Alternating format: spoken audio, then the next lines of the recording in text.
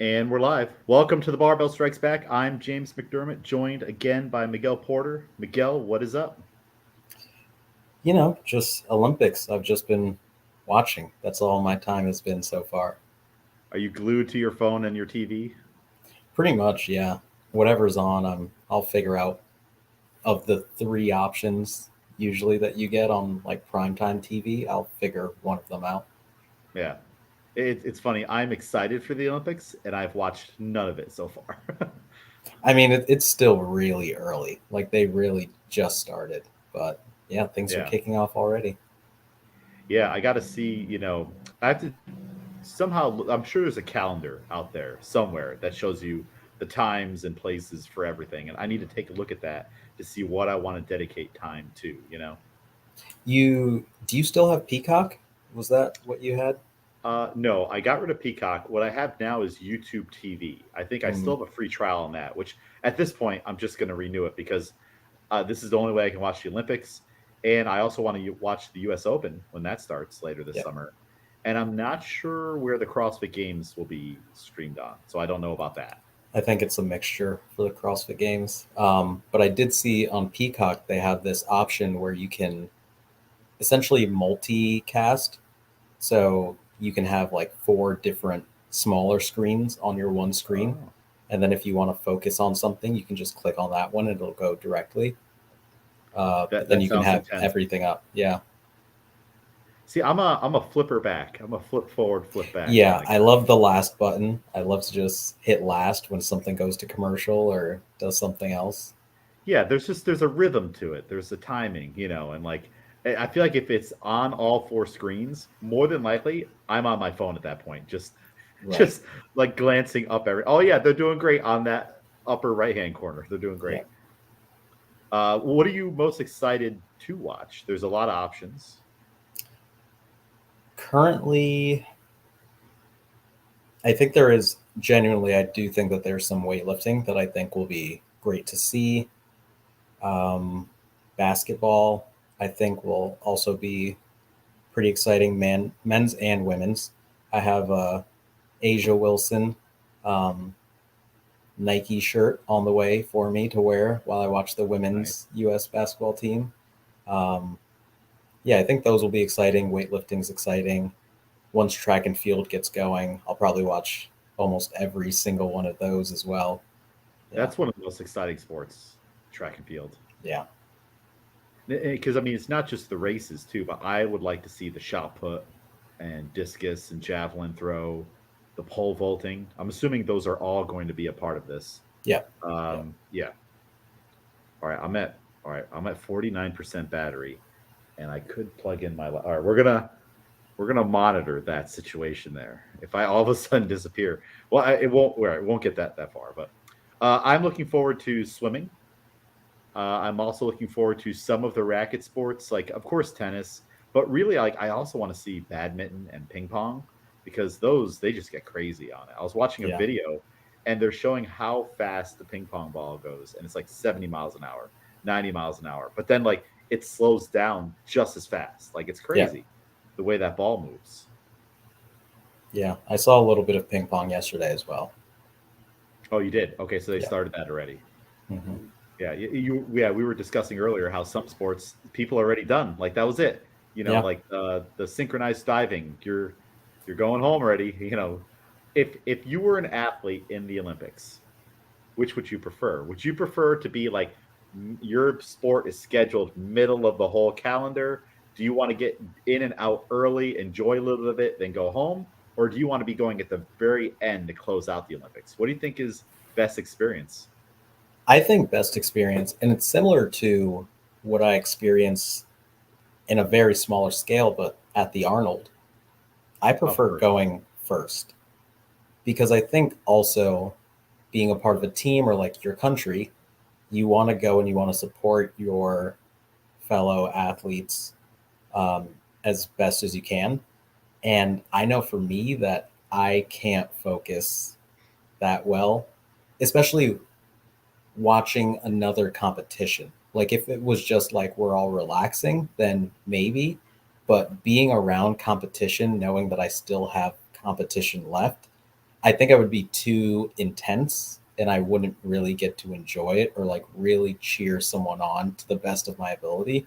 So I prefer to go early, watch whatever I can while I'm there. If I have to go home before things are done, that's okay. But I would prefer like being one of the first up for sure.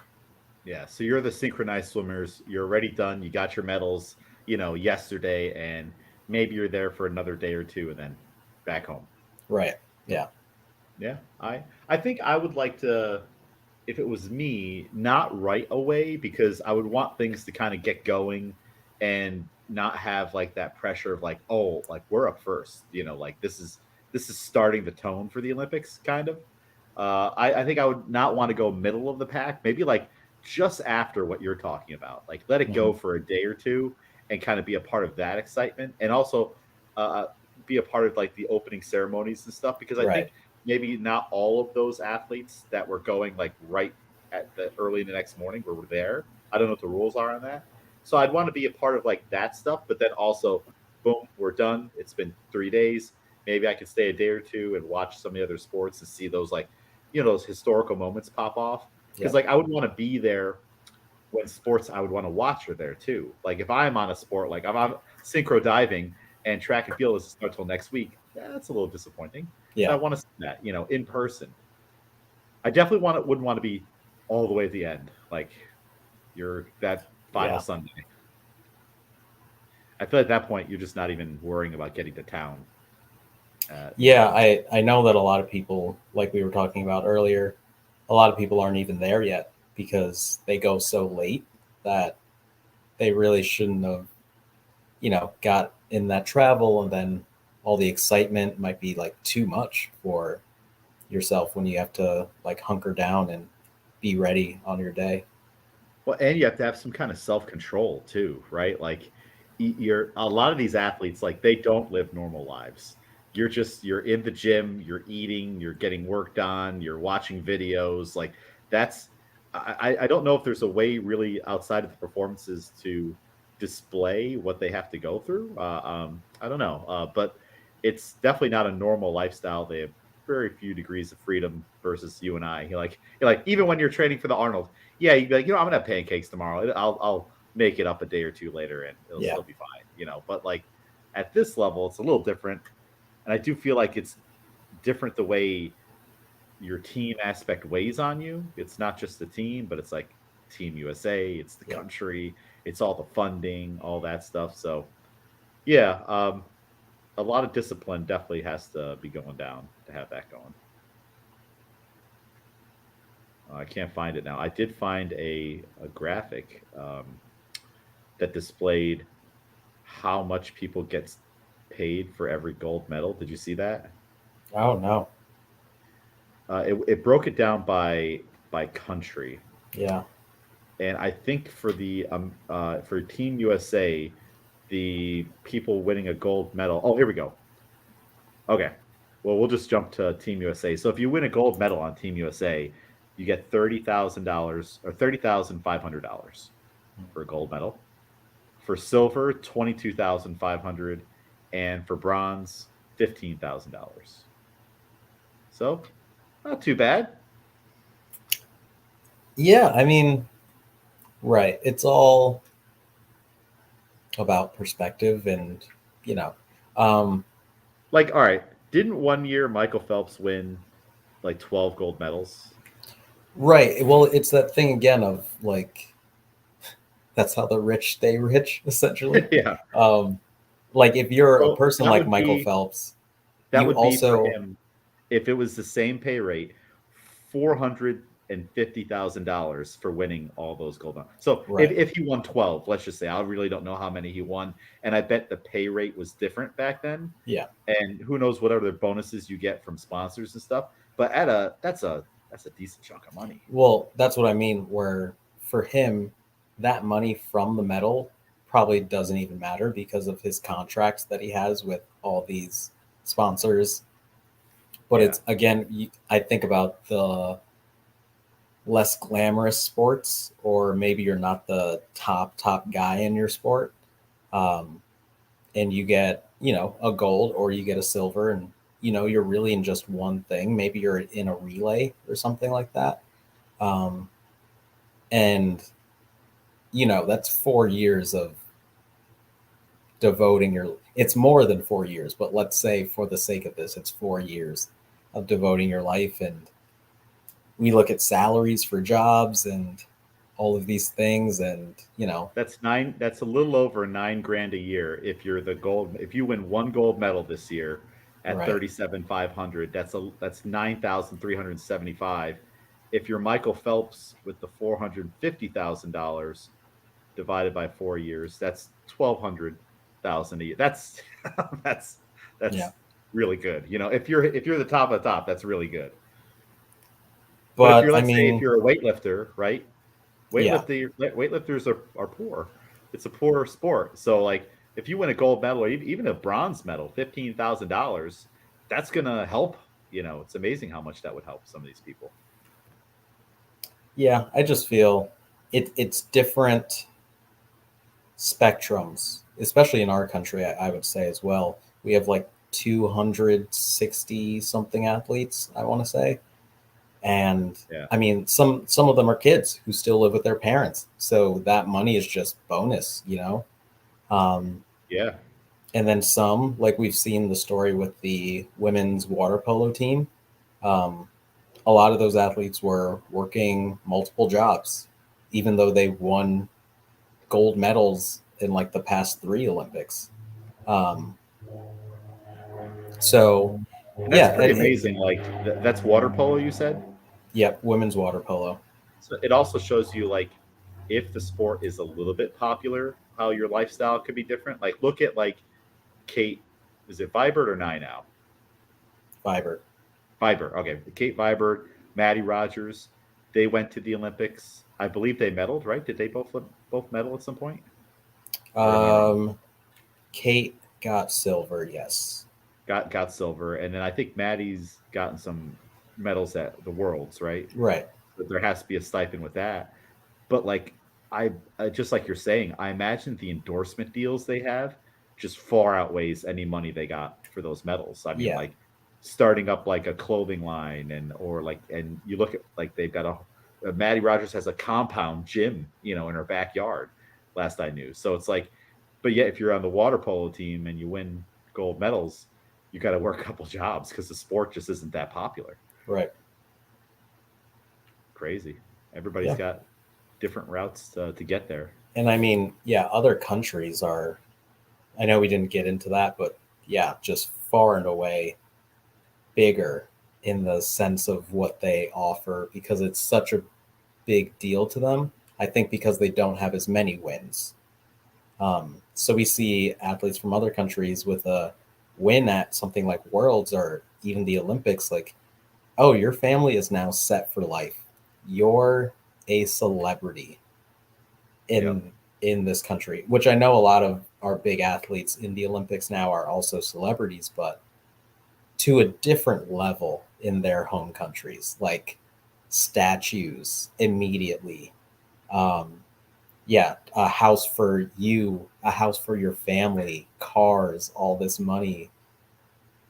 It's Look insane. at like Usain Bolt when that like at that Olympics was that 2008 Olympics maybe in Beijing, Yeah, and like he took over the world. Like not only was he a hero in his country, but like everybody was yeah, captivated. The fastest man in the world, just everyone was mind boggling. And then of course those companies like Nike, and they're probably begging, please, yeah, please, we'll take care of your family, your grandmother, the whole everybody is getting a new house. Like just please wear our shoe, because imagine the leverage he had. I hope he had a good agent who's like, Adidas is asking too, like, right. but yeah, it's just incredible what this can do for a person, if it all lines up just right. Yeah, It'll be interesting to see once we're done. I think it's only 2 weeks long, right? The Olympics, yeah, essentially. about 2 weeks, on like what historical moments are going to come out of this one. I can't really Yeah, remember historical moments from the last one. Like I remember, like of course, I'm thinking back Usain Bolt, Michael Phelps, those types of things. Also the pair of volleyball, beach volleyball Yeah. teammates there for Team USA. Those are the things I remember overall, but like I don't remember anything from the last one on like outside of like I think Lasha did some stuff on the weightlifting side. There was some weightlifting. There were people who like got medals for their first ever medals for their country in weightlifting last time. But I think like you're saying, I think it was mostly like, oh, I've just added to my total gold medals. Like I'm Yeah. another person that also has like 20 something gold medals across these many years. Um, so I don't know how many like world records were broken per se last time, but there were some moments for sure. There were the dual gold medals in the high jump last year. Uh huh. Um, you probably like seen the clip before. Um, what happens after you hit a certain point, and like, or let's say neither athlete, once there are only two left, can hit a certain point. They do like a kind of like a jump off. Like a sudden death type of thing. Yeah, and they just kept going and failing at the same point. Um, so they just asked, "Can we do two gold medals instead of like we're Oh, just I remember that. continuing on?" Yeah. So there were some Weren't they moments like that. friends too? I'm not sure, honestly. I mean, I'm sure that they've seen each other within the like world circuit of Yeah. but yeah, I'm not That's completely like a sure. huge like sportsmanship type of thing. It's like, all right, do you want to see like we're both at the limit. We're at the pinnacle of human Right. performance at this thing and we both agree neither one of us is better than the other. We can't do it. And for both of them to come over and be like, how about two medals? And the officials are like, yeah, we've been here for a while. Let's just do that. I think Right. that's pretty cool. Yeah. I think it's cool that they even thought of it. Like, I wonder who thought of it. Was it the athletes? Yeah. Yeah. Yeah, one Yeah, of I them, do. because I mean, they were really like kind of baffled at the point of like, well, we kind of have to do it again. And they were like, can we just do two golds? And I think they had to check because I don't know like if that's really happened many times before. Has Um, it? I wonder. I don't, at least not like, it's not a common thing. Definitely not a common thing. But And it makes sense too for the safety of the athletes. yeah, Imagine if this was a thing in weightlifting where it's like you're both at 200. I guess you're just going to both have to keep taking attempts until one of yeah, you wins. And it's like, diminishing returns. You want us to keep clean and jerking or attempting to clean 200 and neither one of us can. And we're getting some sketchy lifts. How about we both just win? Like right. if weightlifting was like a similarly pointed, sport. Or then you could start playing a game of like, well, all right, I'll go down a kilo. I'll go do, like they just kind of go in reverse, Right. even though that's against the rules. Yeah. I will definitely be watching some weightlifting. I'm wondering, all right, let's get the Lasha talk out of the way. All right, Lasha talk. Are you not a fan of Lasha? I, my thing with super heavyweights is that it's just so far removed from anything I Mhm. can even really like. It's just so Like you don't know it's what it's just like so to be six different, foot eight and nearly 400 pounds. right? And it's just like it's also towards the end, and there's such big guys moving such big that like frame of reference starts to leave me a little bit. Mhm. And I know it's great what's going on, and his specific greatness as well. Um, is just is big, but you know, it's Yeah. yeah. I mean, I think it's also competition wise where it seems like he's in such a big lead and that everyone else is chasing him that it almost seems a little bit less exciting. Yeah. Like, I mean, when people are I don't want to say too dominant because of course it's their right and they've earned the right to be so dominant. But after a while it does kind of get like, well, why am I watching? Like I'll just find out that he won tomorrow and he increased the totals by a kilo, or his lifts by a kilo. I just kind of hope that maybe I don't know how many more Olympics he has in him. Oh, I this mean, is he's not. I think he's done after this. I don't even see Yeah, him doing like a the worlds Worlds, or maybe like European. maybe another European, but Worlds is going to be so soon after this as well Yeah. that yeah, maybe For another someone European. that size to get ready again, unless he's just going just to lift, and which is crazy because if he goes just to lift, the likelihood of him beating everybody still is crazy. You could have the I think the second strongest guy always is Gore, right? Like Gore Yeah, guy. So imagine if you show up to like the worlds and like Lash is just kind of like just like you go 215, he's like 216, like just kind of like just right. one upping you like by a couple kilos every time because he can. His upper limit is so much higher. It's crazy. I I hope that if this is it for him, that maybe they decide to put on that 500 pounds for the snatch, or at least after the meet they'll release the video, Miguel, because he's done it. Like I refuse to go on living, or I can't live not thinking that he hasn't already done it. Do you think he's snatched 500 pounds in training? I mean, potentially 500 pounds. What is that in kilos? I think it's 227, and isn't his PR in competition 224? Yeah, I could be wrong. Could be perhaps. 223. Okay, yeah. He's had it on the bar and he's attempted it many times, but I think he's actually lifted it. And there's a video out there that as soon as he's done, they'll release it. I can see that. Yeah. I don't think he does anything spectacular here. He Hmm. does seem to be in good shape. He hasn't been in great shape for maybe the past like year and a half. It seems like his numbers were kind of going down, just health wise. And it seems in this past few months he's been ramping it back up. He seems to be back in form, but I don't think it's his best. So I don't Yeah. think we see him breaking really any of his records. I don't think that he does that. Um, and then yeah, I think that he's done after this. I do feel like if he is going to do something, it'll be more likely on the snatch than the cleanger. Because I Yeah, do remember his last like couple showings, some press outs, that the weight is crazy heavy. And like, even when you're that big and you're this genetic freak, it's just going to take a toll on you after a while. definitely. Like there's just only so long you can go with it.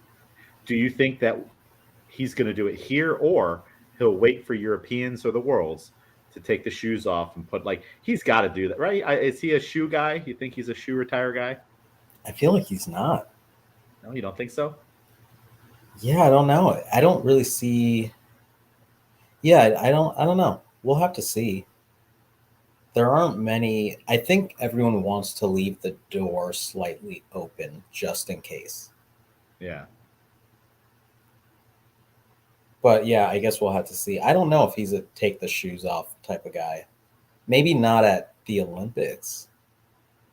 I feel like it would be more special at Worlds or Europeans because it's like everyone watching this is watching this for you essentially. It's for weightlifting. Yeah. The Olympics That is so big that I don't know if people would really get the gravity of the moment. that's what I was thinking too. And like I know for a lot of people, I mean the Olympics most of the time was just another worlds. And there like wouldn't be a worlds on an Olympic year, but now we have another one because I think because the Olympics calendar is kind of a little weird now because of Yeah. COVID. Mhm. But I think for a lot of people, Worlds is more prestigious, and then over there, I could totally see him doing it at Europeans Yeah. because like that's like he'll have more of his countrymen there. It's I think that makes sense. So I agree. I don't think we'll see it at the Olympics. I'd be surprised if we saw it at the Olympics. And then after that, like, oh, okay, I guess he won't be at Worlds or Europeans. I Right. don't know when Europeans is. I could totally see him doing the Olympics now, getting another Olympic medal because in the grand scheme of things, it looks great on the resume. Taking Worlds off, and then whenever Europeans is, I don't know when they have that. So was that in the winter or something? It's He'll do that. like it's early in the year. I Hmm. think I want to say it's like February, March. Okay. Well, that's a lot more time to get ready for that, especially for one last hurrah, and to just put it out there. And then if he's going to do the shoes, on the platform, maybe he'll do it there. Yeah. I don't know if they've done, like, I could also see how maybe since he's going to be the last guy to lift, last session of the event, maybe like he gets like an extended fair, like they'll be like, all right, everybody, Lasha's retiring, and he'll come back out and wave to everybody one last time. Mm. So if he's not going to do the shoe thing, I could see something like that happening, where they're like, hey, the competition's done. This is Lasha's floor now, kind of. Yeah. Yeah. We'll see. Yeah, it'll be interesting. Um, any other? I could pull up the guide here, the Paris guide. So we were doing okay for a little bit. I'm hardwired into the Ethernet, and now we're getting a little choppy. But it held up for quite a while, and I feel like it's fighting back. So maybe that is the right thing to do. Hmm. I did notice, Miguel, that when I go back and look on YouTube, I don't see the stuttering that I'm seeing right now. Are you Right. seeing any stuttering, or is it moving normally? Um, no, it's fairly normal.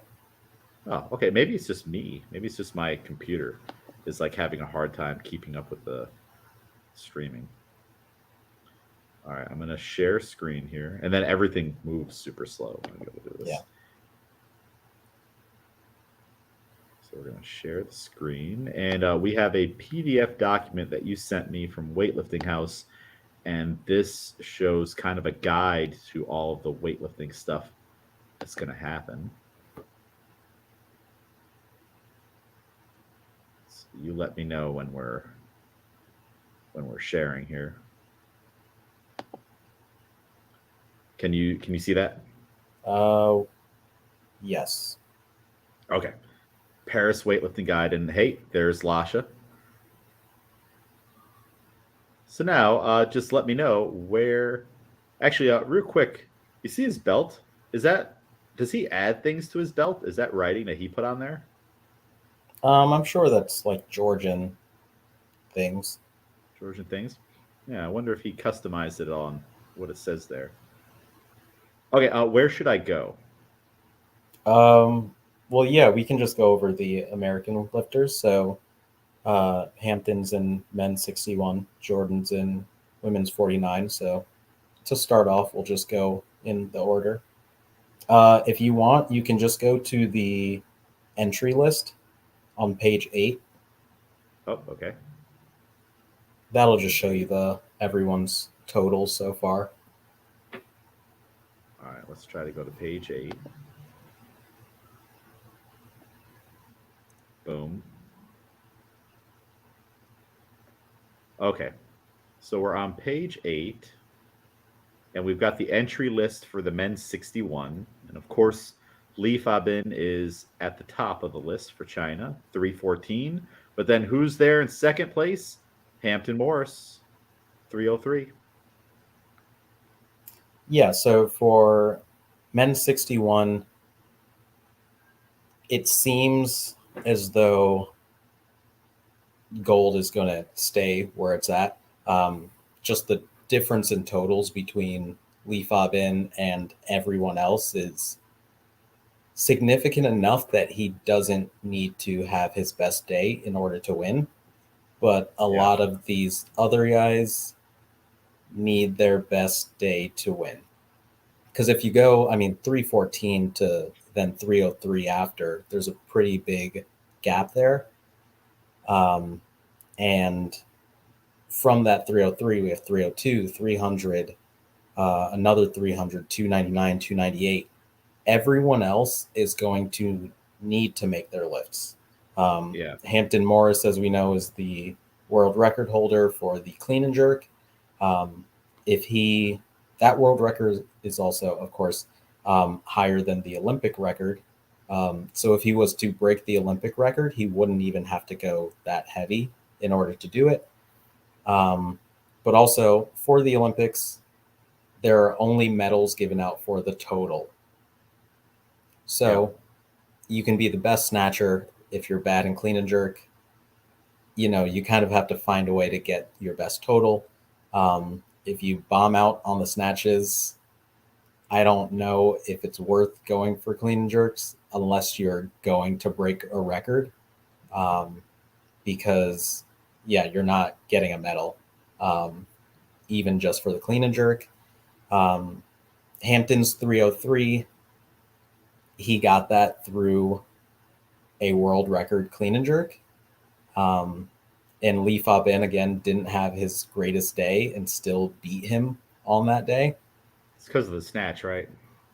The Right. snatch is just Hampton's so far. very far behind in the snatch, and Lee Fabin was the former world record holder in both and the total, still is in snatch and total. Um, So what he needs is for Lee Fabin to have a poor snatch day, and then try to go toe to toe with him on the clean and jerk and beat him on the clean and jerk. And that's maybe the only way we can have a chance, right? yeah, For it gold. would take a maybe Lee Fabin making one snatch, and I think that one snatch would be still considerably higher than Hampton's. For the opener, You- yeah. And then yeah, he would probably need another world record in the clean and jerk higher than his previous one to get gold. I want to say Hampton is snatching are in the 120 range, right? Yeah, high 120s he's been getting in the last few competitions. He's gained a lot of momentum. Earlier in the quad, I mean, he was like number 10 in the top 10 and like bumped out every other like meet, because he was really just missing a lot. He bombed out at Worlds, and uh, things weren't looking too hot for him. But it seems like he's been kind of putting it all together more Yeah. recently, and yeah, but I think that's his best numbers. I know at Sergio, nationals he was they must have been like trying things or experimenting with things. He bombed out at nationals and I don't know if he hit a clean and jerk, but I think it was like 125 or 26 or something. I wonder if they were like experimenting with possible openers on yeah, like, hey, if we wanted to open high, how would this go? And it'll be interesting to see what the openers and lifts that he made at nationals a month ago look like in comparison to what he's about to do next week during this event. yeah, See, because if they went, let's say I can't remember what it was, but let's say if they went 126 and he missed it 3 times, and they're like, crap, all right, that might be a little too much. And if he opens up at 124 and makes it, and then goes 27 or something, that would be really interesting to see what went down there. yeah. Connecting the Um, Sergio Masita from Italy is just a kilo behind for the qualification totals. Sergio is great at the snatch, not the strongest in the clean and jerk, but obviously put together, he's still third on this ranking. Um, if Sergio hits two or more snatches, I think he may lock in a silver medal unless really. Hampton does something like again like another world record clean and jerk, because Team Italy throughout this quad has also had, I wouldn't say, I would say trouble, just with the attempts that they've taken. They've been really aggressive just in trying to get qualifying totals and going out in meets and really going for top totals. And So now they don't really necessarily have to do that. I mean, right, we're here at the Olympics. You could focus now on just getting a really solid total and chasing the competition. right. So if he's able to build in the snatch, get two really good opening attempts, and then third go for something. Um, if he lands that, I think he has a really good shot at sticking with a silver medal. Um, but again, like I said, a lot of those qualification totals are very close. Yeah. Um, Yeah, uh, any of these guys could have a phenomenal day, and who knows what was going on when they set this total and their qualification period. But essentially, what we need is for Hampton to be getting gold. We need Lee Fabin to make one snatch, and even though that snatch is probably enough, you know, let's say he makes his opener. That's the one we need him to make if he's going to make one. You know, and then not extend the lead too much. But then he also still has to have a bad clean and jerk day Right. not a bad one, but like one where Hampton overcomes him by enough. And if he's already 10 kilos up on the snatch, yeah, I don't know. You need Li Bin to have a bad day on a snatch, make his opener, and then miss all three clean jerks. That's Yeah. essentially what you have to have happen. And for Sergio, if he's smart, from what it sounds, for what you've said, they'll open reasonable, like probably just around where Hampton is. I'm assuming that those are weights that are capable for Sergio, and just be consistent and just chase him, and then go toe to toe on the clean jerk. I think, well, Sergio's way ahead in the snatch as well. So I think even an Oh, okay, easier snatch opener for Sergio would be after Hampton's done. Um, got it. Okay, but he would have to put some space between him and Hampton before the clean and jerks. Just before we move on, I can't leave this without saying that Echo Erawan, this is his fourth or fifth Olympics that he's going to. I think he's 35, and he wow. has medaled at all of them, I believe. Um, I think he's been to three, and this is his fourth. And it doesn't happen often in weightlifting for a weightlifter to medal in four separate Olympics. Not unless you're Lu Xiaozhang or Zlatan. Right. So it's a very small list. And that 300 kilo total is close enough to these other guys that, you know, everyone has got to watch out. Yeah, don't count out the veteran. All of a sudden, Right.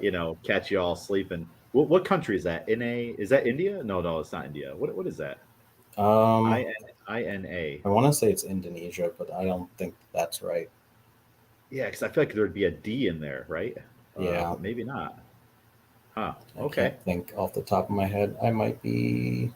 Let me see. Georgia. I'm assuming THA is Thailand. MSA or MAS is, I don't know. VIE, that's Vietnam.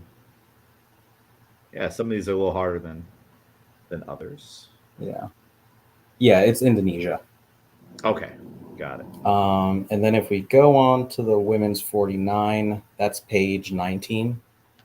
Okay, let's jump to 19.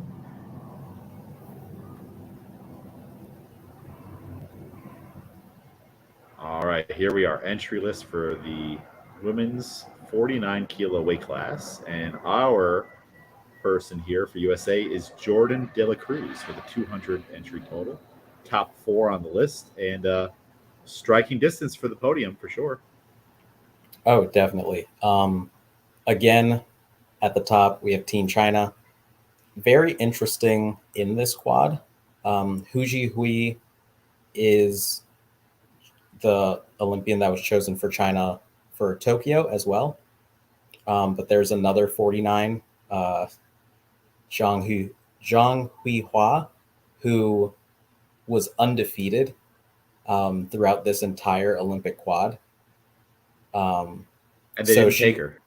so she had the spot the entire time until the last qualifying event, and Hu Hui hit a world record snatch and a PR clean and jerk Wow. that was right near the world record as well. And I think she may have beat her best total by maybe a kilo or two. Um, so to hold on to that, I think she narrowly beat her out last Olympics as well, and to be undefeated the entire time until the last qualifying event and then lose your spot because whoever Brutal. gets sent of the two of them is essentially guaranteed the gold. Like we see, it's a 17 kilo difference between their spot and whoever's next. And just imagine the implications. We already talked about the money for meddling, right? Right. Like you're dominant all year, and no doubt in the back of your mind, uh, you're doing this a little bit for your family too. You're like, all right, when I get that spot, I'm a shoe in for the gold medal. And then all of a sudden, this other woman pulls out an incredible performance, and then you see the Chinese coaching officials coming towards you, and you're like, you just know what they're about. Like, I don't even know how that meeting goes down. Like,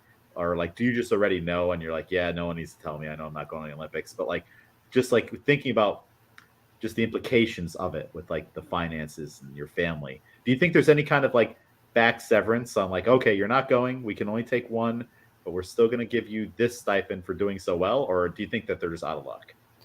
Well, I think the stipend comes from the fact that she was undefeated the rest of the time. So whatever they win for, Chinese nationals, Asian games, Asian championships, Yeah, um, there's all those. worlds, all of these things, I'm sure that you know it gets there. But to be beat out in the last Olympics, be undefeated this whole time, give yourself really the best chance, and then to get narrowly beat again right before the Olympics, because there's no answer back. It's the last qualifying event. So, Yeah. um, and I think that's what a lot of this is for these athletes is even though the Olympics might not be okay, this isn't a stacked group because it's only one per country and only 10. It's like a resume. It's for your resume.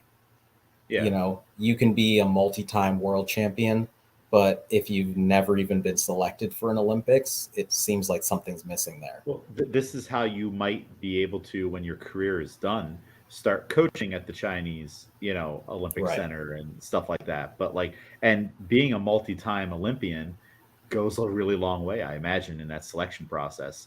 Yeah. So again, just thinking about the future and stuff like that, or even just going to other countries and doing seminars or whatever. But yeah, which I'm trying to think of what the better position to be in. Do you think that there's a detriment to being so dominant all year, and then it all comes down to one final competition where there's still a chance, and having that kind of a pressure on you, unless you can handle it and channel that, and to be like, no, I am the man? Or would you rather be the person who's coming from behind, chasing the majority of the year to try to pull out that big performance? I would much rather be chasing. I agree. It's just when you're like the top dog the whole time, everybody's like showering you with praise all the time, and really you just got like, no, don't tell me that. I still need to work hard. I still need to be Right. Yeah. mentally in this. And I think I've seen throughout this quad, just with the Chinese team, the women especially, they are very aware of that because all of their lifters, the men have kind of, I wouldn't say have fallen off, but all of their women, are really one and two in the world. Yeah, But they know you only get 3 Olympic spots for the women. I need to be the best by a larger margin than, even somebody in the weight class above you, because that's a part of the selection. So I have to make sure that my qualification total is 17 kilos above the next person, whereas the next person up in the next weight class is they're just 15 kilos above the next person. So I'll get selected above them. I think they're yeah, constantly like, but that's tough for an entire 4 years to constantly think my best that is way better than everyone else I'm competing against still isn't as good as it can be. yeah. And you live there. Like you don't do a whole lot. Like they're not going to go see Deadpool and the Wolverine like I am Right. tonight. Like this is all you do. This is life. This is your entire life, and it's your future too. Yeah, I can't imagine. Like that's a extreme amount of dedication. And it's one of those things too. Like think about the lifestyle, think about all that. It's very much glamorized, right? But it definitely does take a special person to be able to do this. Like I think a lot of people who are like, well, I'd want to be an Olympic athlete and just train all the time and stuff. It's like, would you like, Right. would you say the same thing 6 months in, or would you quit? Because there's also a lot of people that quit, you know, on all these different, not even just weightlifting, all these sports, because Yeah. it's a lot to ask.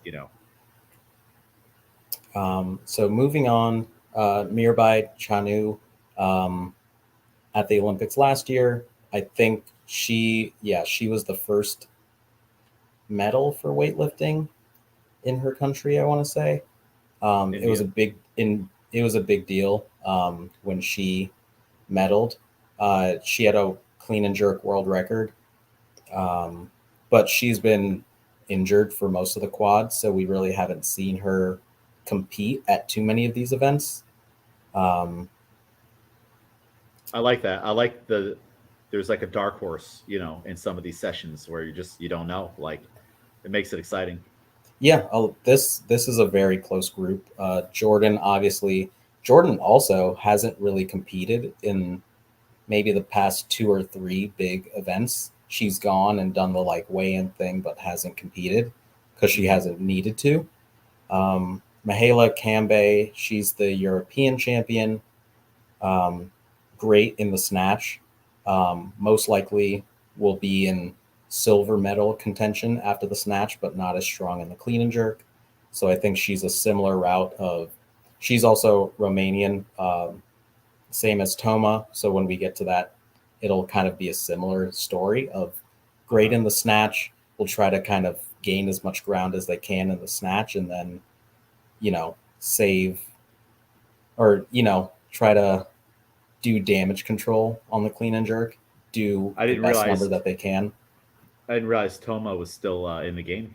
Yep. Yeah. But also Nina Sturks from Belgium. She, I believe, also fully qualified as a 59 kilo lifter, but was right on the edge of qualification. I know Mhm. that the cutting for her has been tough. She was originally a 55 kilo lifter who then, had to choose throughout this quad. And I think she was really hoping to get her 59 kilo total way up so that she could, have a better fight there, but decided to go 49 and kind of has to fight there. Interesting. So yeah, she'd have to gain weight. Right. No problem Um, there. We can figure we can figure that one out. yeah. Um, I see there's a Fang here. We once had a Fang in the gym. Did you know that? Did you ever meet Fang? No, don't think so. Yeah, he was a really cool guy. Did CrossFit for a little while. Had a Fang. Hmm. I mean, it's always a badass name. It's Yeah. like, and then it's just like you're just yelling at cross. Knees out, Fang, like Fang. Like it's a Yeah. cool name. Anyone else we should keep an eye on here? It's crazy how like we're dipping down into so far away from first place. Yeah. I 22 mean, rows, but this we is can still another get on one the where, podium. yeah, they're very close. So this will be really who's just making lifts. Um, I think the number one will stay the number one, but the rest of the podium is really a toss up. This is also like if you think about, you know, from a coaching perspective, this is I feel like a hard session to coach when they're so tight and such high stakes and everything. Like you just have to make a decision right now. Um, if like these are always the more tougher ones because no matter what they put down on the board, you like they can all it can all jump so fast, and there's Right. not that many athletes, and that's kind of like why you have to have someone manned right there. Like, hey, what are you doing? What are you writing on that paper? Oh no, we need Yep. to change this. Absolutely. This would be a Um, stressful. Like if you're coaching Lasha, I feel like that's way less stressful because like when he's going at the end, all that stuff. The other guys are going to finish. Like no one's going to jump up there. But let's say if you have to like in the mix here, like you're doing the numbers for Jordan, I feel like this would be way more stressful. yeah.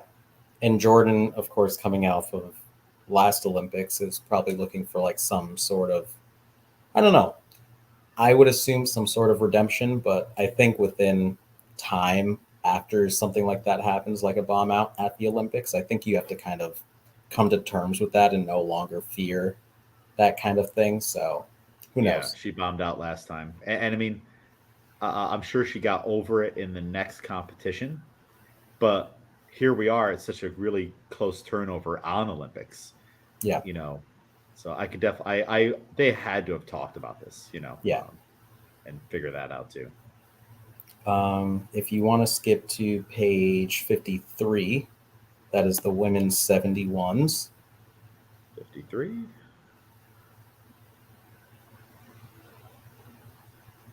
All right, we'll give it a second. Um, Load. Women's 71s, Olivia Reeves at the top. Uh, this is the session that Renee will be at as well. Very cool. Very cool. And this Renee will be at this session, and she's a 71. You never know. They're like, excuse, we need another lifter. Renee, bring Right. your singlet just in case. She enters from the crowd. I will. They're like, for this one session, we're gonna have like, they always talk about having like a regular person there, to Right. like show the comparison. That would be cool. Would if they allowed it, would you do it? Like, I feel like that. Of course, I would do that in a Oh, for second. sure. Even if I wouldn't do weightlifting though. I would do something that I've never done before, and I'd be like, let me just see. what would the sport be that you're gonna try? Is it? I mean, you've done track. Um, You've done like so you have experience there and stuff. Like, yeah, let me do. Yeah, what would be something that I haven't tried before, but I think I could probably get the hang of? Like, if all I like had was like the coach just warms me up and is like, focus on this one thing. What yeah, could maybe like archery? yeah. I mean, I feel like with any of those archery, I'm not hitting the target at all. Like and or like racket sports, I'm not getting a racket on anything that they're putting back. So it's just going to be Right. like I wouldn't want like blowout ones. Like I would rather where like they're still running on the track and I'm just just moving, way behind everybody else and so I do feel like track and field would be an easy one to do. I just Right. have to like jog to the other end and you're like, wow, they have been done for like minutes and They're he's already still coming. celebrating. His Yeah, medal is around his neck. yeah. And then they're there holding the sympathy medal, Yeah. and you get over there, your knees are on your or hands are on your knees, and you're just like, I'll just give it to me in the hallway later. Just Yeah. I need a second. I feel like swimming would be another one like that. I'm like, hey, I'm still on the first leg going across the pool, and they're done. You Yeah, know. no. There would be some kind of mercy rule on the swimming. They'd be like, we need a net.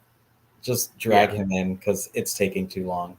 Well, yeah, it's like all right. If it's 200 meters or something like that, let them go. If it's if it's those big ones, it's like we're gonna be here for a while. Yeah. I mean, like when I've done a half mile or whatever it is at the pool, like we're talking 25 plus minutes. Like a long, way longer than what these guys are getting it done in.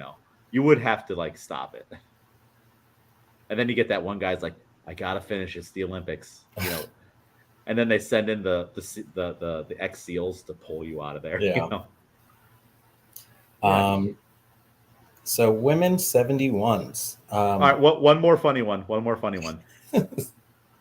Me and you are on the beach volleyball. Like we got to go up against those guys. Like which they're already so much taller than either one of us. Like it would just be like definitely not fair. Like when would you stop that? Like when would you stop To be that honest, match? they would probably have to stop me because I think just because it's duos, I would get too intense, and you and I would not be friends anymore You think so?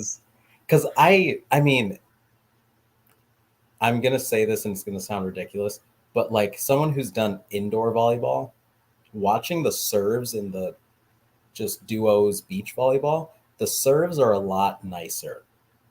Oh, you think so? Like I Okay. like I can return one of their serves, like pass one of their serves. Um, but then if your second pass wasn't good, or if they're just killing you with the serve and I don't get a chance to touch the ball, I'll be very upset.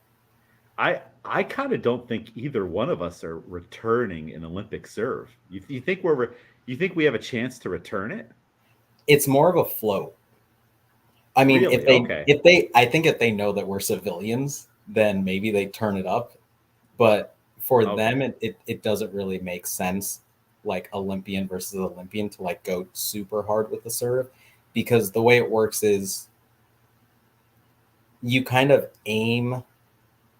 So if you aim at someone in the serve, they're going to pass it to their partner. The partner's going to pass it to them. They're the one that's doing the spike every time. So if you don't want that person to spike, you'll serve it to their partner so that they have to do the middle pass because you're not really afraid of their partner's spike anymore. and we have no Um, chance of spiking anything. right. So if they don't How tall is know, that net? then we'll see. But yeah. All right, Um, interesting. so women's I 71. wish you had more faith in me. I just, it's hard when it's just you and a partner. You never True, know because it's true. Honest. not my fault. It's definitely Yeah. not my fault I feel like no matter who your partner is, you're having this meltdown. for sure. like this is a scheduled meltdown and tantrum that's about to happen. So we got Olivia Reeves at the top. We should Um, find a beach volleyball place and take the barbell club there and just see what happens. oh, I don't think that they're ready for I don't what I have think to they're ready. offer. I Um, mean, we got some taller people. I feel like Jennifer and Haley is a formidable team. They've got a little bit of height and the power behind them. I feel like that's a tough team. yeah, I mean, we tested verticals, so I'm not too worried about it. We did. We did. All right, Um, moving on to weightlifting. but Olivia Reeves at the top, so first US athlete that we've seen at the top, only US athlete at the top. That is also because China's 271s, I believe, or maybe just one in this category, were not chosen. Like I kind of alluded to before, because you only get three spots and all of their athletes are number one, you kind of have to be the best number one within your country.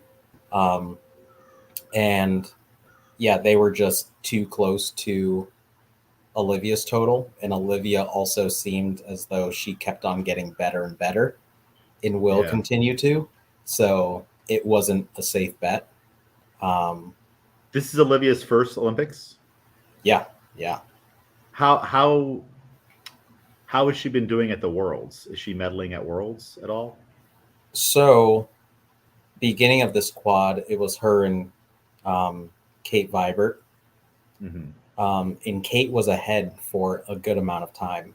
Um, but Olivia's growth has been almost exponential. Um, so I'm not even sure if she medaled at the previous Worlds. Maybe medaled. Um, but yeah, she's just been getting better and better, um, putting That on was probably numbers that good are, that Kate was there, like in the beginning, and it wasn't like an automatic lock or anything because like maybe that chase and that unknowable part, helped push her and on all this. yeah, yeah. But currently she's ahead. She doesn't have the same kind of gap that some of the Chinese women have had, where it's just so far away from others, but a pretty decent gap between her and number two. Um, Angie DeHomes also has a sister who is a weightlifter, also Olympian, uh, Nisi DeHomes in the 81 category. We know Um, who that is. and they're both great. Um, so Angie's numbers are great. I think she's a lock for silver because I do believe that Olivia's a lock for gold. Um, it would take just not competing well Yeah. to in order for her not to win. Um, and then I do think that Toma's also a lock. Actually, I take that back. Maybe not a lock for third place.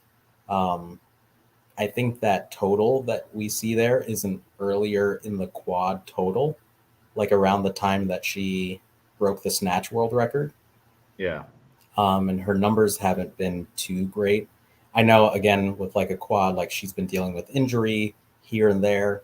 But Toma's clean and jerk is I would say weak. Um, Enough to like win Europeans, but on the world stage, like Pan Ams are tough now for the 71s, and of course Asia is also up there. Um, but I do think if Toma can snatch well, she can kind of save herself um, enough to get that bronze medal. Yeah. Yeah. This will be interesting. Do you think that Olivia is like mentally a stronger competitor than like your Toma and your Angie? Like, do you think that she'll be able to live up to this expectation? I think her best kind of quality is that she's so young and she's still having fun. Okay, Um, yeah. you can see it in how she reacts to a lot of these made lifts and these American records that she's been crushing. She's so excited. She skips off like after she completes attempts. And I think she had earlier in the quad where she was kind of getting beat constantly. And she is all about getting better. She's physically like very strong. Uh, she had a lot of buzz earlier in the quad because of her squat numbers. Um, she goes no knee sleeves and has just crazy leg 419. strength. Yeah. But I do think that she has enough. I don't think that they're really going to. I think the snatches is where the biggest challenge will be. Angie also, actually, Angie might hold the snatch world record currently. I think a lot of people have now tied it or so, but it's like 122 around there right now, which I think Olivia can hit. But it's just can you hit it on that day? But I think Olivia's far ahead away On the in the clean clean and jerk. jerk. Yeah, So again, let's just be consistent on the snatches and monitor Angie a little bit. And if we're close, we know we can pull it out with some smart clean and jerk attempts. yeah, definitely. I like it. Um, and then if we want to look at the bottom, actually, so from Australia, we have Jacqueline Nichelle, who I've been following on Instagram for a while, um, because watching for this quad has been very interesting. As you can see, the totals a lot lighter than the other athletes, Yeah, that's a dramatic drop. um, because it's like a continental type of spot. So for Um, anyone listening, Olivia Reeves has a 268 total. Angie has a 261. Toma has a 256. Jacqueline has a 214. yeah, and that comes from like an oceanic spot. So they try to fill in athletes so that they're kind of representative of the world. So if within the top 10 there are no athletes from Asia or Europe, they will find someone the highest total within those groups and add them in. um, so this type of, and as we see France, um, Marie Fegway there, it just says host nation. Even if she posted a total throughout it, it doesn't really matter just because they get that spot. Yeah. So I'm not sure what her total is, but I also do think that it's towards the bottom. Which that's pretty cool that, in 2028, we'll get some of those host spots. Right. Do you happen to know, does host spots equate to extra spots? So if we're hosting in 2028, we get our normal crew like we have now, but we can add in other people. I don't believe so. So Okay. I think it's, oh, if you didn't have enough to fill those spots, you can add someone in, but they weren't very clear on it. I think there were still question marks when this was happening, how exactly it was going to be done.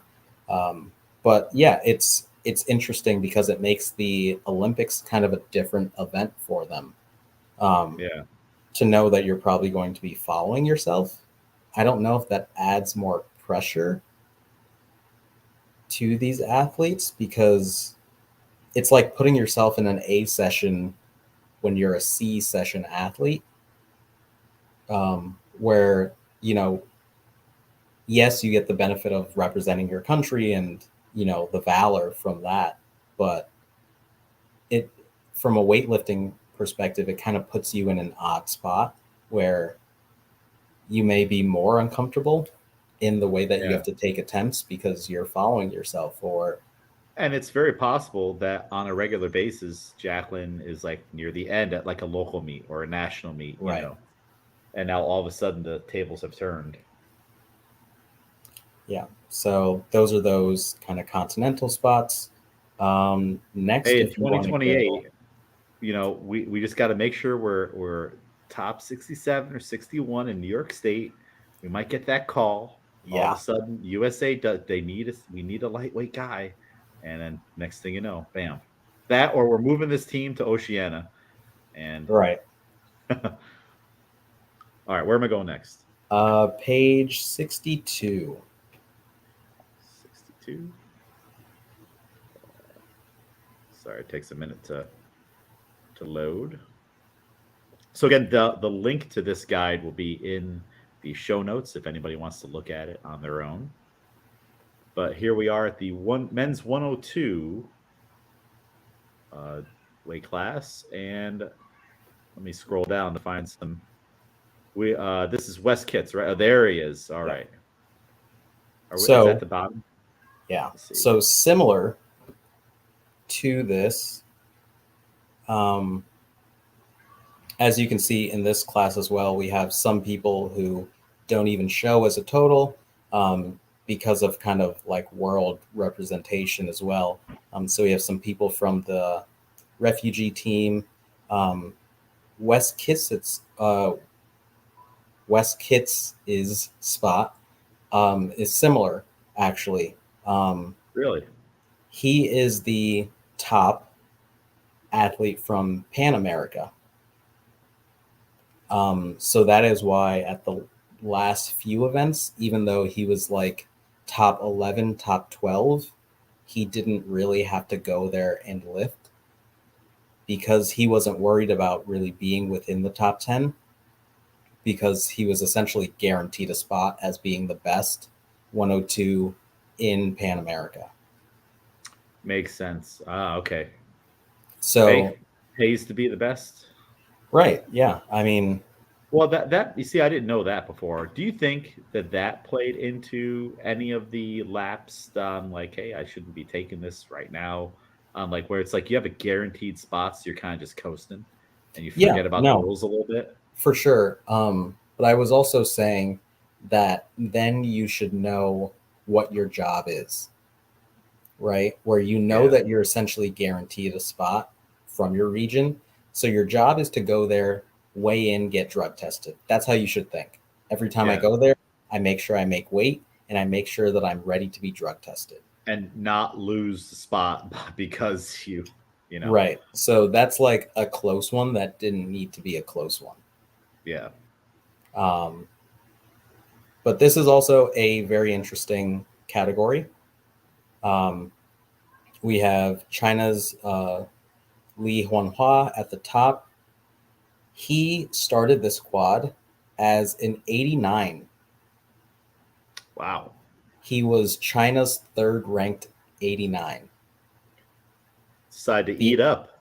behind Li Dayan and Tian Tao. And they kind of didn't know what to do with him because he was the third ranked, behind people that they were certain were going to make the Olympics.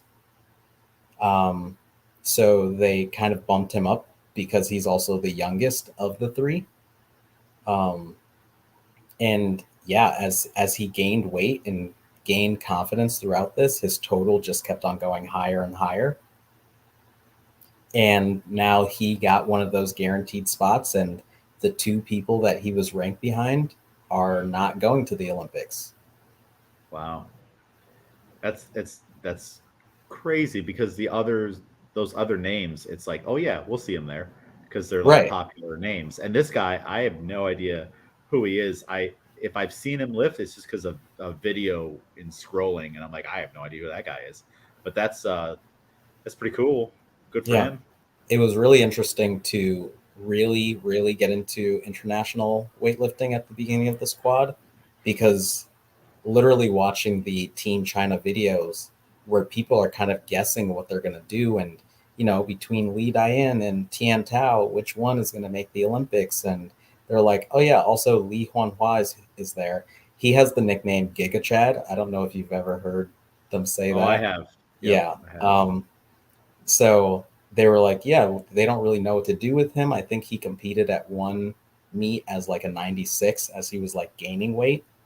Um, and then, yeah, has kind of found his footing in the 102s. But I would say that the totals might be deceptive. I do I think see that, Meso there, and I know he's pretty good. yeah. So I do think that Lee Honhua is at the top, but a lot of these guys have been injured throughout this quad. Lesman Paredes, um, he's amazing in the snatch. He's originally from Colombia, um, and then switched to Bahrain um, Hmm. within, I think, during this quad. And there's Akbar Jurayev. We have like former Olympians and former Olympic champions also within this kind of podium battle.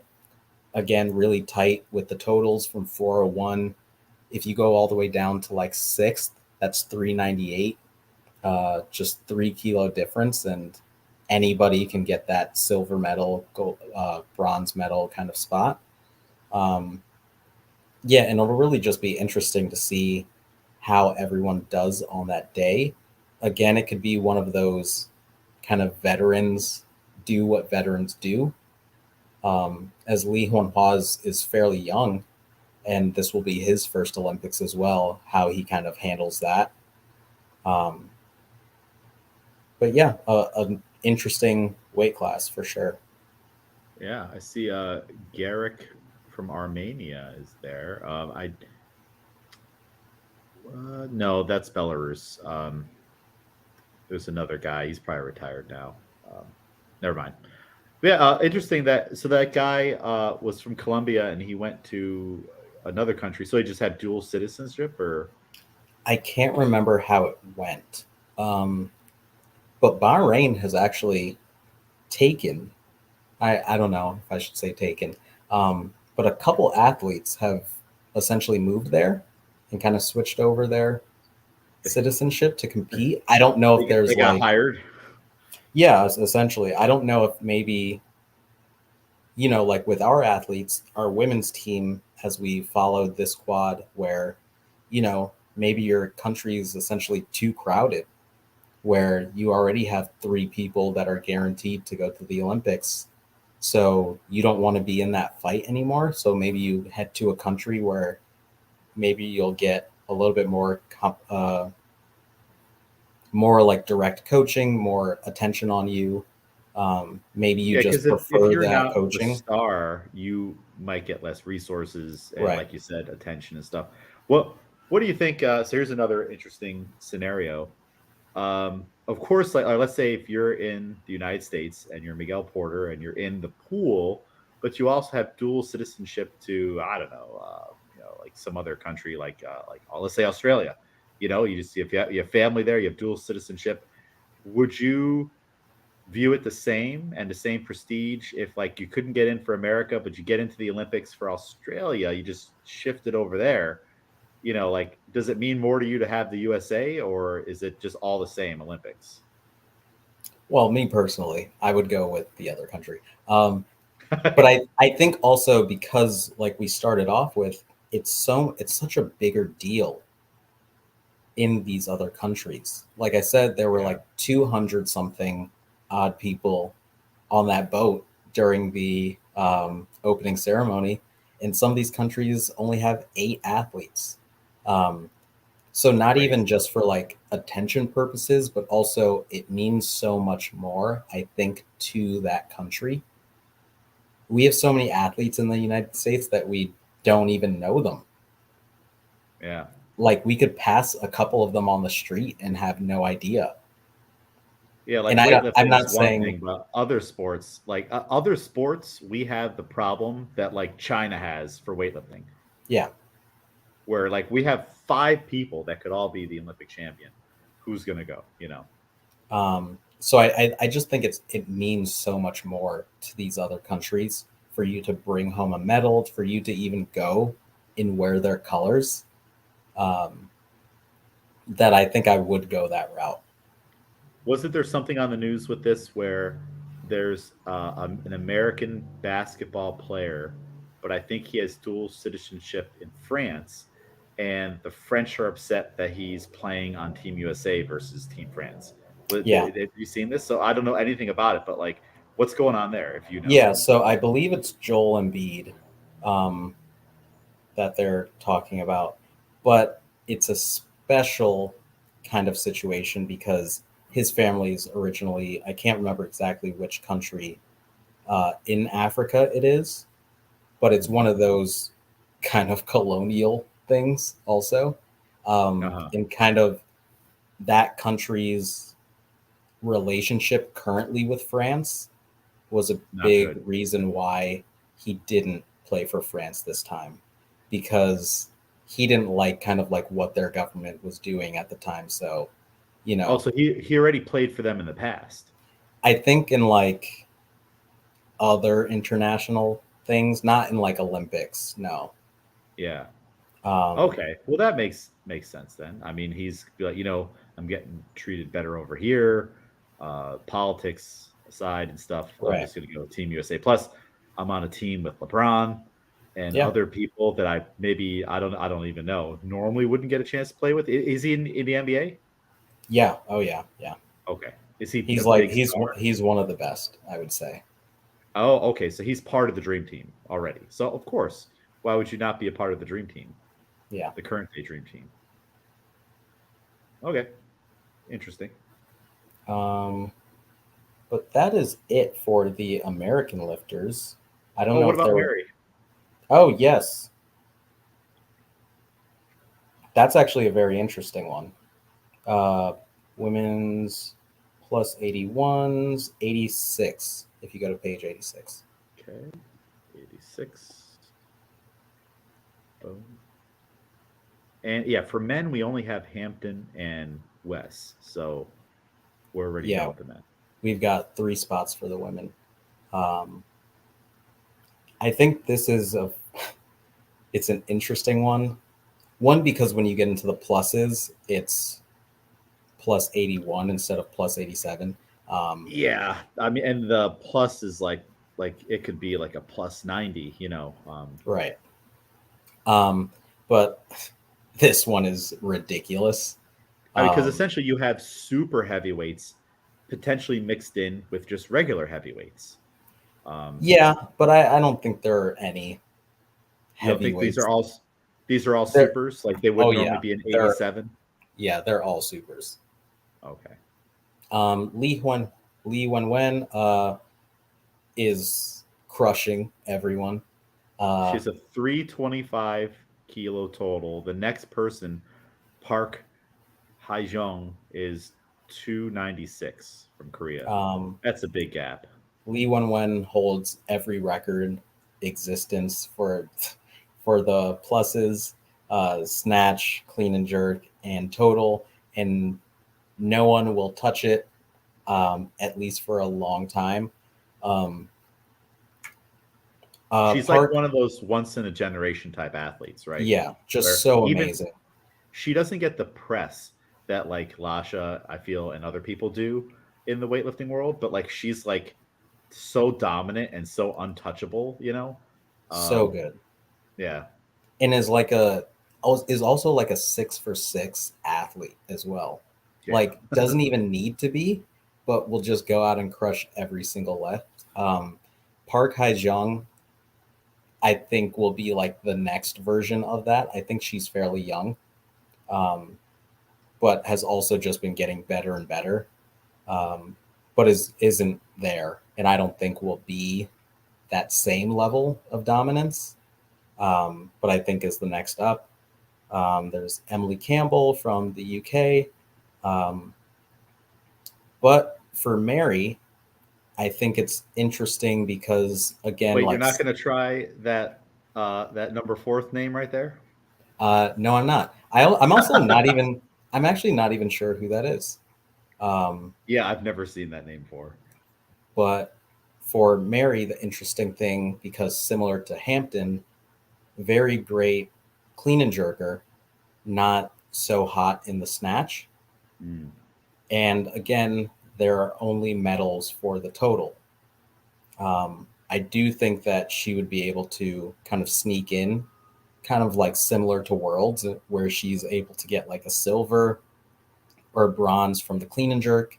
And depending on how everything else goes, we'll see where that lands in the total. Um, but I think in this competition, depending on what they're going for, I think your intentions going into the Olympics are also important. Um, Maybe you just want to stay in your lane and you're glad that you're at the Olympics. You just want to put on a good show. Um, but if she was to go for a podium spot, she would need the best snatch day that she's had, and Yeah. then I think that she could like steal that bronze spot. I think from my perspective, like especially in this competition, that should kind of be the goal is to try to snipe the bronze medal. And then if it ends up being a silver medal, cool. Like that's literally as high as you can go Yeah, because you have an unbeatable, unless Li Wenwen has the roughest day, or something. She's unbeatable. So it's like it's already been decided. She just has to make her openers probably. Um, but yeah, I don't know. That would be my goal. Is like, hey, let's really push the snatch, get a total, and then have some fun with it, and just really try to push these other people. Because you yeah, never know if you apply pressure, you could spark someone to start missing some lifts or yeah, not be ready for that. If everybody is already like complacent and you come in like a wrecking ball, like Coach Mary's like, no, no, no, we're getting that silver medal. You could throw off an Emily Campbell or a Park, or this other person whose name we're not attempting. Yeah, I don't know. What do you think? What do you think the attitude should be on this?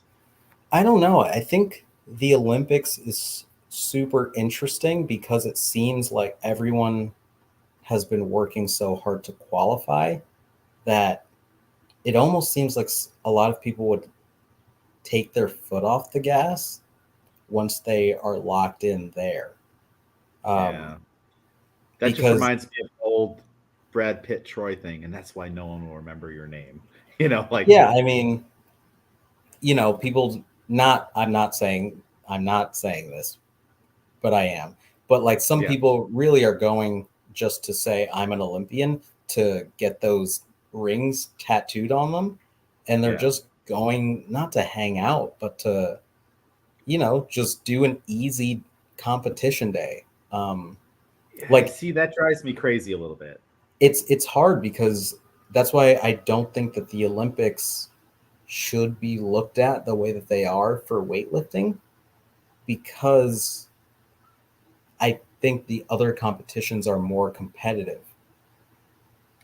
Well, yeah, like if this was Worlds, Mary wouldn't be ranked fifth right here.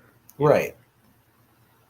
So, I don't know but if you you, are. So let's shake it yeah, up a little bit. but also, do you want to go to the Olympics, take a risk that might result in like a possible bomb out, or, you walk away making two lifts where, like, I think it's also person to person where, Yeah. Well, all right. we Let me talked ask about you this: this. Like, if I if your got to whole goal nationals, is if your whole goal is to go to the Olympics and just check it off the box, have a good time, get the tattoo, what's the difference between a 2 and 6 day and a 4 and 6 day or a 6 for 6 day? Like at that point, no one's gonna remember that. right? Yeah, it depends on the person and what they kind of need going forward. Um, yeah, I mean, if this is like the period at the end of your career, which for a lot of these athletes that I've Right. seen, I think that for some of them it will be. Um, like, Like how do Emily you want to end Campbell it? has been doing this for a while, right? Right. Like this could be it for her, for all we know. Um, so, if you just want to kind of end it to say, I made it here finally, then that's cool. Maybe you go out and maybe you make one snatch and then you scratch the rest of your attempts. You go out, you make one clean and jerk, you scratch the rest. Who knows? Um, That would be or disappointing. right. But like, Because do all right, you? and thinking about it as an athlete, if I'm there, I want to lift. I want to go out on that platform all 6 times. You know what I mean? I I Yeah. personally wouldn't understand that. And then I don't know. I think you could also be like potentially starstruck, where that imposter syndrome can set in, where maybe you go out for an attempt and it just seems so much lower than what the top dogs are really doing in the session. And I don't know. I Well, think it I would, depends yeah, person to person and exactly where you are. I think being in fifth is a very interesting spot because there is a chance that you you can can do so podium. much with it. Yeah, So you do have to reach. But then, like for West Kits, being like towards the bottom of that pack, how much are you going for a PR in this meet? Are you trying to PR in the Olympics? Um, yeah. like, who That's knows what you're going for? Because you know you're not getting a podium spot. So, no. At that point, you might be looking for American records, right. that you probably already own, or I feel like that might be. Yeah, and again, we're not saying this, but like, hey, I'm finishing my career here. I got here again. After this, I'm done. The shoes are going up, either at this or the next nationals or whatever. And then now I open up my personal coaching and I just start. That's the rest of my, Yeah. deal. Hmm. But Mary's still young, right? This is her first Olympics, and Yep. hopefully not the last. So, Yeah. oh, So we'll see. well, good luck to Team USA. Any other thoughts on weightlifting? Is there anything else we should look at while we're here? I would just say we don't have to go in depth with them, but I would say some classes to look out for are the men's 73 as well. Um, this will almost certainly be Shizi Yong's last international competition, I feel. What page is Um, that? it's pretty early on. I want to say it's before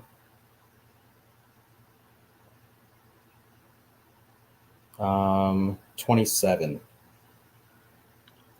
7.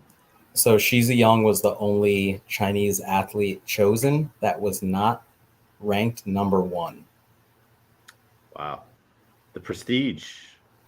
Um, because the 89 man who was number one, um, it seemed like he was probably going to get bumped out of a podium spot. Shizi Yang seems, if he's able to make lifts, will be guaranteed podium for sure. If not, I think he could pull off gold. I think if there's one person that can pull off gold, it is Shizi Yang.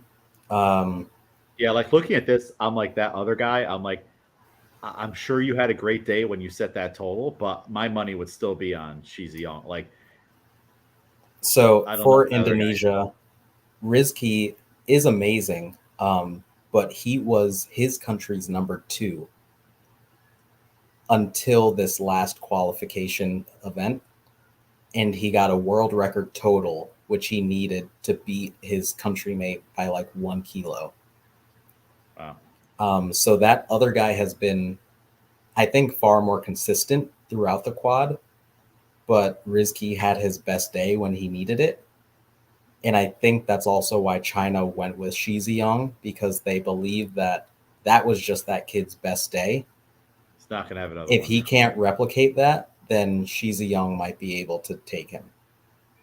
But this is all hard too on like when he did that, like because they're all very precisely trying to peak for things, Right. and it's like you would have hoped that that moment would have come next week, Yeah. but you had to use it to get here, and now it's like, can you do it again? Yeah. That's yeah, So, yeah, that'll be interesting. I think it was really intense to watch this session, um, because you assumed at the time that if Shizi Yang didn't get the number one spot, that he was retiring because you didn't think that China would choose him. Um, so I assume that he retires after this. I think this will be his third or fourth Olympic Games. He's definitely won every time that he's gone. Um, and the athletes on his team are just known for pulling stuff off, like when it right. when it counts. Like When they they could need put it. weights on the bar that he's never done before and he needs it to win and he will. And I mean, look back at Lou when his back was giving out at the Worlds and he's doing insane lifts. to win. Yeah, It's it's similar with crazy. Shi Ziyang. Any like interviews I've seen from like the past couple of years, he literally like what they translate the most is just pain. He talks about how much pain that he's in like constantly, and you can almost see it in a lot of his attempts. Or like once he's done a make or a miss, he'll like have to collect himself before he's able to even walk off the stage. Um, so like I wish the best for him. I hope he can like do it so that he can like within himself just be done and happy. Yeah, He's had some of the greatest weightlifting moments, like power his power cleaning clean. your Yeah, first, like that's insane. And I think he still holds, yeah, he holds all the Olympic records for this category and still holds the snatch world record. So yeah, that that one was will be nuts when he exciting. power cleaned his opener at the I think it's the 2019 World Championships. Yeah. That was like one of the best worlds. That worlds was crazy.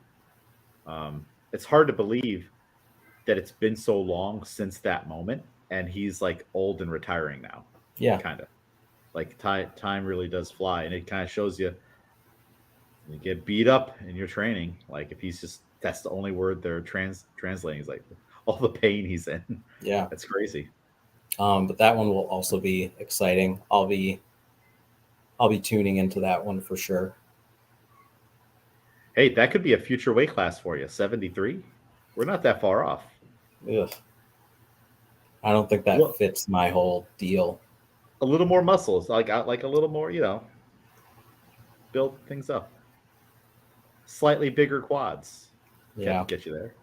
I mean, at this last meet, you were almost there, right? A very very light I mean, 73, 66.4. And then the next day I was back to my regular 64 ish kilos.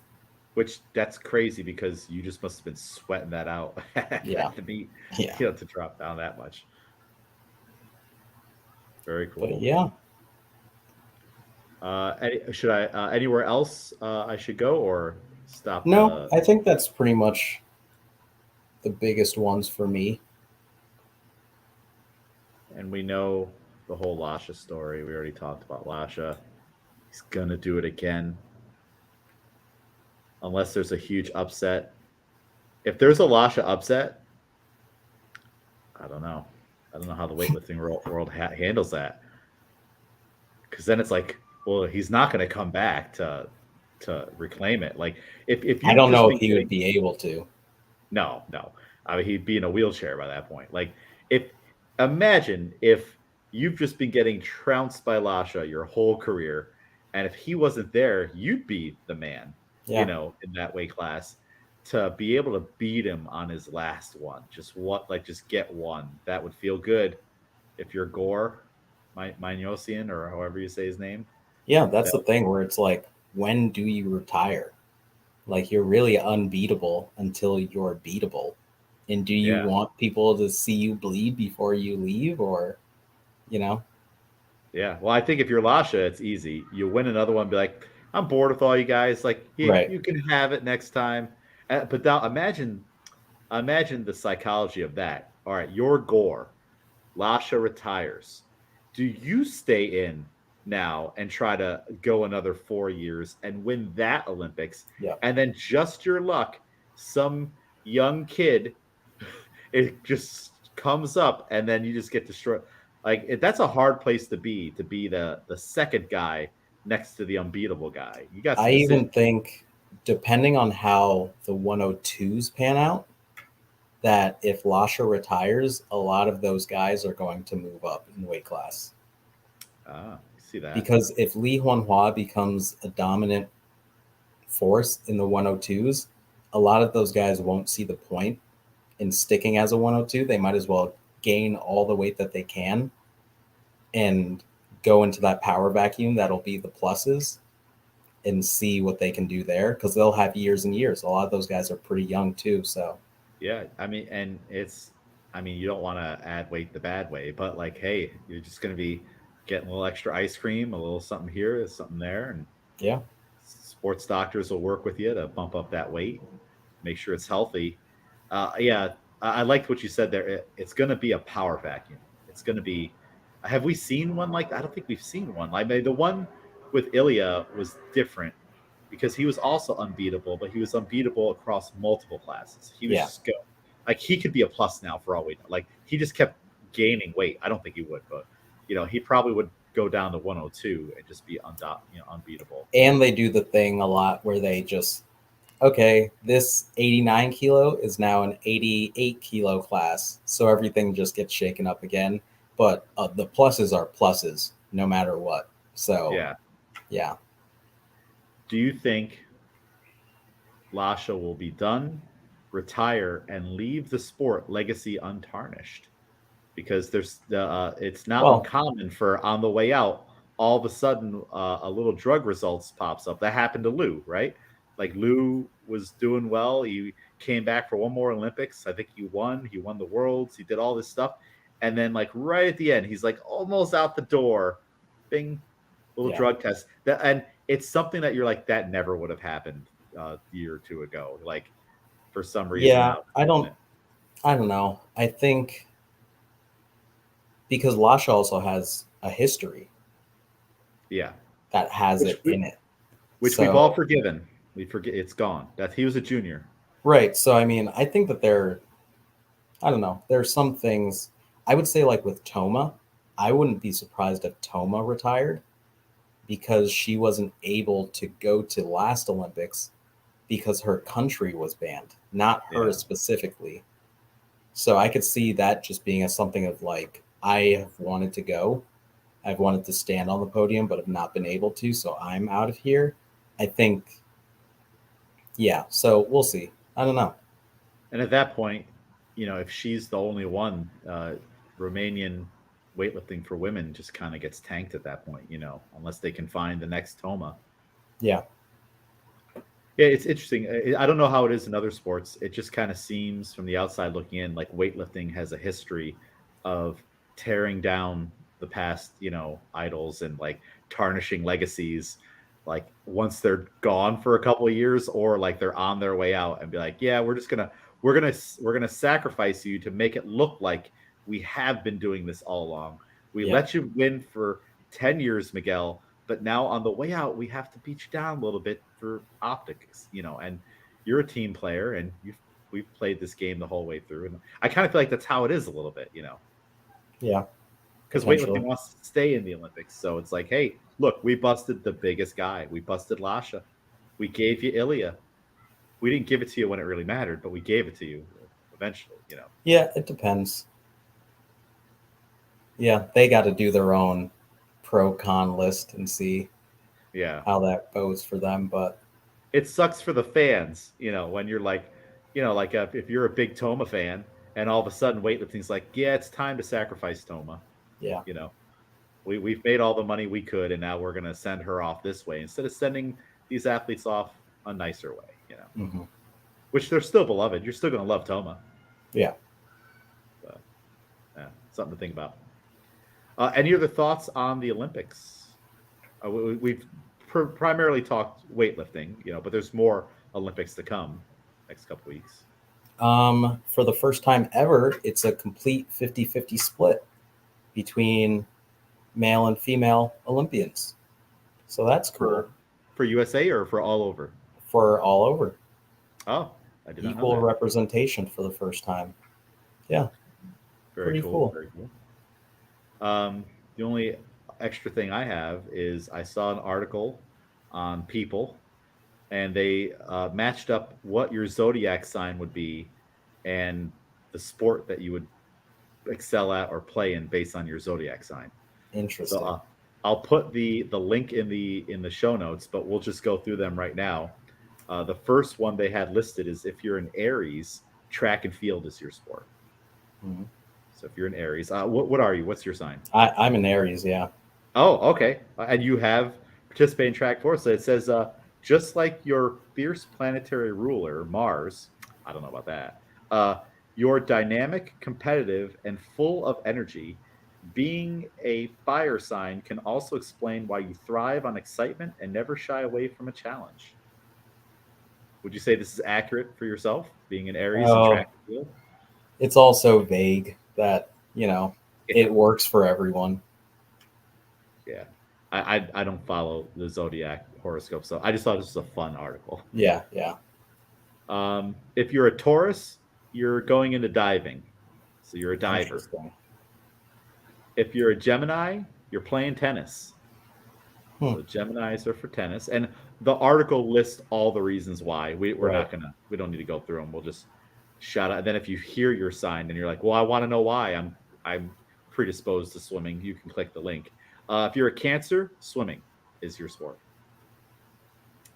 Which I guess Cancer is a water sign. I see. I don't even know the elements that go with these Yeah. signs. If you're a Leo, you're into gymnastics, so you'll be a gymnast. If you're a Virgo, table tennis. Oh, that's a fun one. I would have liked to have gotten table tennis. If you're a Libra, beach volleyball. Scorpio, surfing is your sport, which they do Interesting. have. I forgot that this isn't the first year they're adding surfing to the. I think it's the first year it's in the Olympics. Yeah. Okay, all right, very cool. Man, how do you? I don't even know how you ref or judge with that. That has to be unique, and it's one of the only sports where the weather is a factor of it, I don't right? know how I was watching it earlier today and I didn't understand what was going on, but it seemed like everyone was getting something fairly uniform. Uh huh. I don't know if so they're in Tahiti right now where they do that. Yeah. Um, just because that's so a lot of them do competitive surfing in Tahiti anyway. So I'm sure that there's something, a consistency that allows them to do that. Yeah. I don't know. I don't know. Yeah. That's I don't something know. I'll have to look into. And But I guess it's the one of the only sports, if not the only sport, where while you're doing it in the Olympics, you could be attacked by a vicious wild animal, a right. shark. So, if you're a Sagittarius, that is my sign. You're going to do the marathon. Please no, please no. That's it says you thrive on the idea of adventure and venturing out of your comfort zone, which is why the marathon perfectly suits your love for exploration and unwavering drive to conquer new horizons. I agree with a lot of that, but not in marathon form. You know, Right. that's I mean, I've done the rowing marathon, but not a running one. Is Capricorn is basketball. So if Hmm. you're a Capricorn, you're going to do basketball. If you're an Aquarius, breakdancing. Nice. Yep. Which I don't know if this is the first one where breakdancing is in the Olympics Yeah. either. Yeah. Oh, it It's the is. Okay. first. Yeah. There's a lot of firsts going on. Yeah. Pisces sailing. So there's another one where you could be attacked by a shark, but then again, you're in the boat and whatnot. But Hmm. sailing, and that's it. That's all the signs, and those are the sports that if you that's your sign, that's what you might be predisposed to doing. Very nice. So if I want to go to the Olympics, I'm in the wrong sports stuff. I got to Yeah. be out Yeah. there running, and you got to be. What was yours again? What did it say? Track and field. All right, you got to be doing some track and field stuff, hurdles, all that stuff. Which you've done that in the past, so it's not outside of the realm of possibility.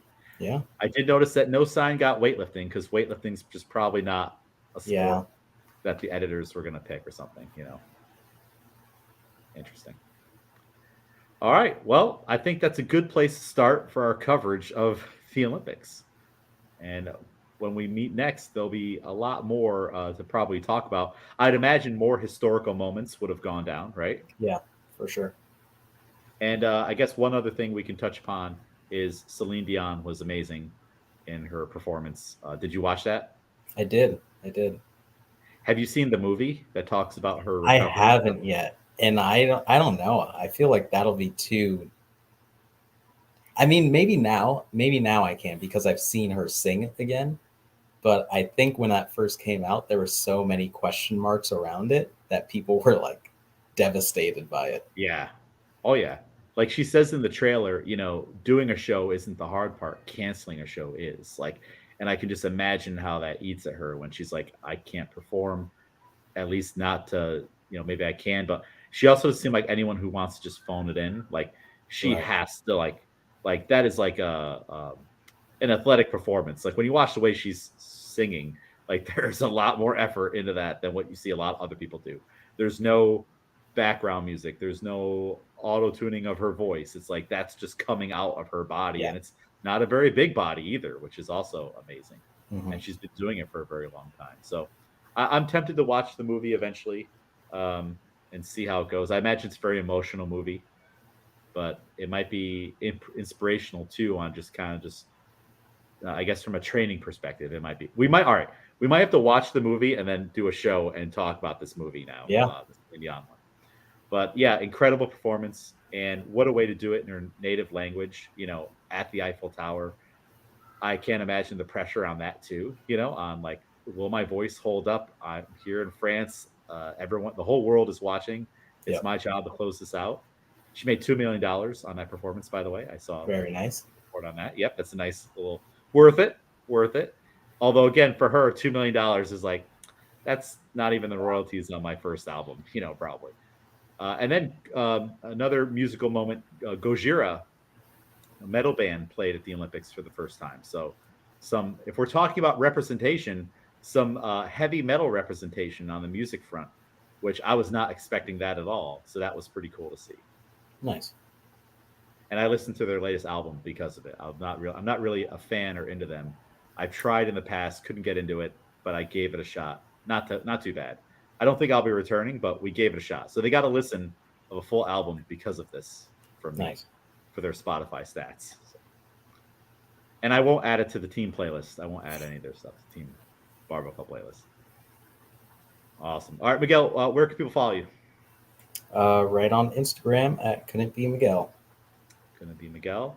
Follow me, James A. McDermott, if you want. Follow the Barbell Club, Albany CrossFit Barbell Club. Follow the gym, Albany CrossFit. Follow the show, The Barbell Strikes Back. There's just too many Instagram accounts. Too many.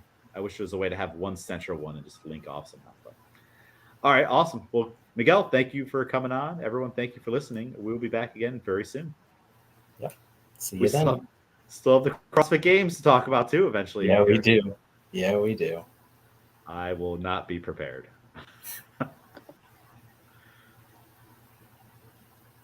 The stream is ending. Oh, end stream.